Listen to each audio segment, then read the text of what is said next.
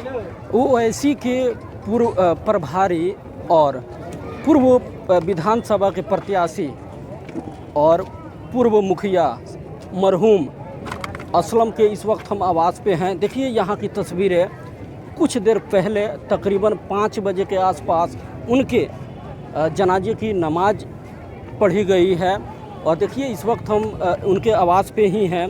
यहाँ का जो माहौल है बिल्कुल गमगीन माहौल है और लोगों की जो संख्या है आप फुटेज के माध्यम से देख सकते हैं। बता दें कि सिवान में भी 23 दिसंबर के दिन संध्या में जो ओवैसी के जिला अध्यक्ष थे आरिफ जमाल, उनको भी अपराधियों ने गोली मार करके हत्या कर दी। और तकरीबन अभी 2 मंथ का वक्त भी नहीं बीता है। ऐसे में एक बार फिर से ओवैसी के नेता मरहूम असलम को देर रात अपराधियों ने निशाना बनाया। देखिए इस वक्त जो है कि माहौल बिल्कुल यहाँ का गमगीन है। हमारे साथ सिवान से मिनी नेता भी पहुँचे हुए हैं। क्या कहेंगे लगातार इस तरह से मौत?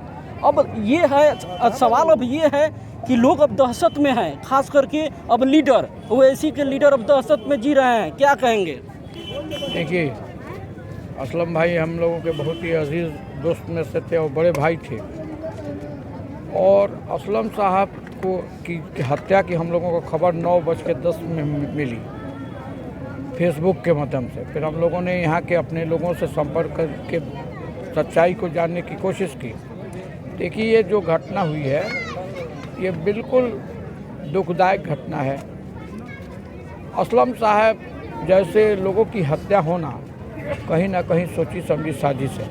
मेरी नेताजी लगातार दूसरी मौत है। ये अल्पसंख्यक के जो भी लीडर हैं अब निशाने पे क्यों आ रहे हैं? सवाल ये है। तो कहीं ना कहीं सोची समझी साजिश है, इसलिए कि असलम साहब बहुत कम दिनों के अंदर छपरा गोपालगंज सिवान में इनकी लोकप्रियता बढ़ रही थी। कारण है इनकी लोकप्रियता बढ़ने में, लेकिन समाज के हर वर्ग और हर तबके के लोगों में जो इनकी मोहब्बत की ललक थी, इनके मोहब्बत की जो धधक थी, उससे लोग इनके साथ जुड़ रहे थे।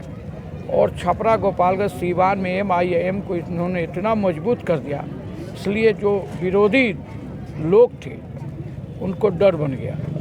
अब कहीं ना कहीं इनके ताकत जो बढ़ रही थी, इनकी शख्सियत जो बढ़ रही थी, उससे घबरा कर, इसलिए कि असलम साहब की हत्या होना बहुत कुछ बताता है।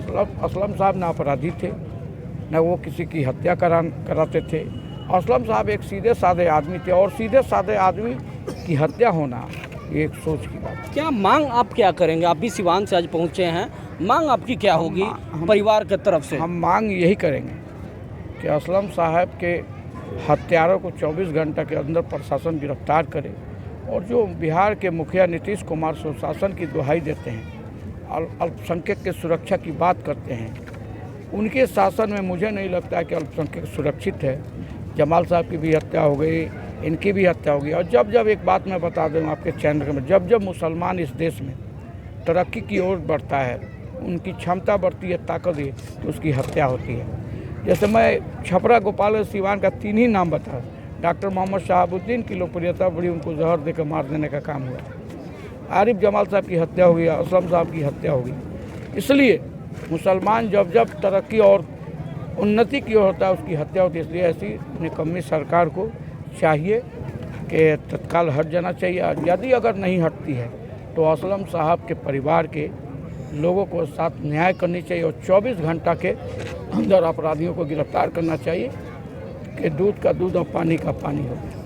चलिए, बिल्कुल तस्वीरें आप देख सकते हैं कि इस वक्त हम पूर्व मुखिया रह चुके मरहूम असलम के इस वक्त हम आवास पे हैं, जहाँ पे जो लोग हैं वो काफ़ी गमगीन हैं उनके चले जाने से।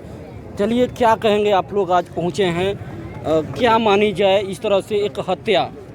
असलम साहब जो बहुत इखलाकमंद इंसान थे और असलम साहब जब मिलते थे बहुत इखलाक के साथ मिला करते थे। और असलम अगर लुटेरा और डकैत होते तो इतने लोग नहीं आते जितने लोग आप खुद देख रहे हैं सर कि कितने लोग हैं। तो वैसे असलम साहब वैसा होते तो इतने इखलाक से लोग नहीं आते, लेकिन असलम साहब बहुत अच्छे थे। और यहाँ देखा जाता है कि सिवान में आरिफ जमाल की इसी तरह से हत्या की गई, इनकी इसी तरह से हत्या की गई। जहाँ जहाँ देखा जा रहा है कि हत्याएं हो रही है, हम माननीय मुख्यमंत्री नीतीश कुमार जी से कहेंगे कि ऐसे हत्या को आप रोकें और जितना जल्द हो सके आप अपने प्रशासन से कहकर इन अपराधियों का गिरफ्तारी कराएं और गिरफ्तारी कराकर और इन जितने भी हमारे असलम साहब के लोग हैं उनको न्याय दिलाएं। और हम यही कहेंगे नीतीश कुमार जी से कि आप अपने जो राजनीति कर रहे हैं उसमें आप अच्छा से कीजिए, दूसरा हम क्या कह सकते हैं। लेकिन चलिए देखिए तस्वीरें यहाँ की आप फुटेज के माध्यम से देख सकते हैं कि इस वक्त हम गोपालगंज में हैं, जहाँ पे देर रात्रि में प्रभारी रह चुके ओवैसी के नेता मरहूम असलम पूर्व मुखिया भी थे हुए। आज देखिए आवास उनका यही है। कुछ देर पहले यानी कि तकरीबन 5 बजे के आसपास उनके जनाजे की नमाज पढ़ी गई है।